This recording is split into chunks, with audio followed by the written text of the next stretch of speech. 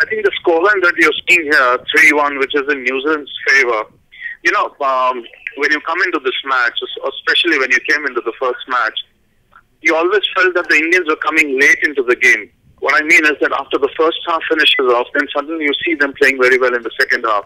It's like somebody coming late for an appointment. You got an appointment at 9 o'clock, you better be there at 9. You can't be there at 10 o'clock and say that, okay, now let's get the job done. And I think that's exactly what is happening with this Indian team.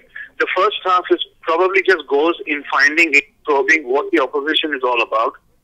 And then when they have found that out, they suddenly look at the scoreboard and they suddenly see 3 goals out there. Now that's a mountain to climb in an Olympic tournament. In any other tournament, whether it's a World Cup or a Champions Trophy, the stakes are very high. The stakes are very high here too. And that is where I think the Indian team is faltering. Coming back 3-1 with the whole New Zealand physicality, the tall guys from New Zealand, it's very difficult to come back. And even if you have a Sardar Singh or even if you have Ignesh playing their hearts out, 2 guys really cannot play for India.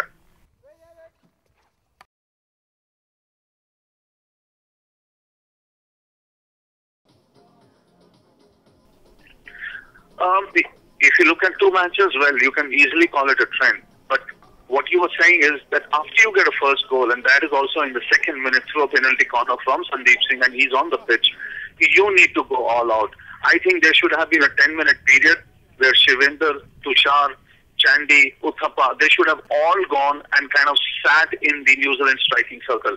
I think they pulled back, they came into the midfield, and suddenly they slowed the game down.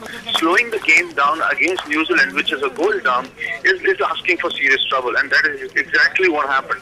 New Zealand got the space, they moved up, and they started dictating terms. India had to fall back, there was no other recourse to it. I think that is the key there. The key is simply, please go out and play your game. India cannot defend. India is not Germany that can play like a chessboard game. You cannot play like that. You have to go out, you have to hand it to the opposition, and you have to stretch the defense. And when they stretched the defense in the second half, they started creating chances, even if they didn't get a goal. But they were creating chances, and that is exactly what should have happened in the first half.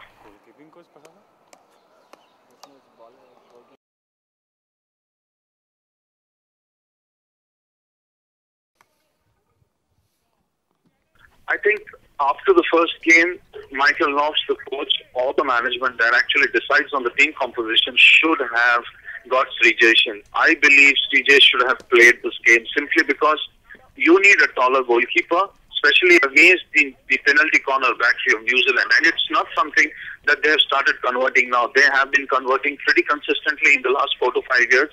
They have these tall guys. And when you have a tall forward, when you have tall penalty corner guys, you need a goalkeeper out there who can stand up to them.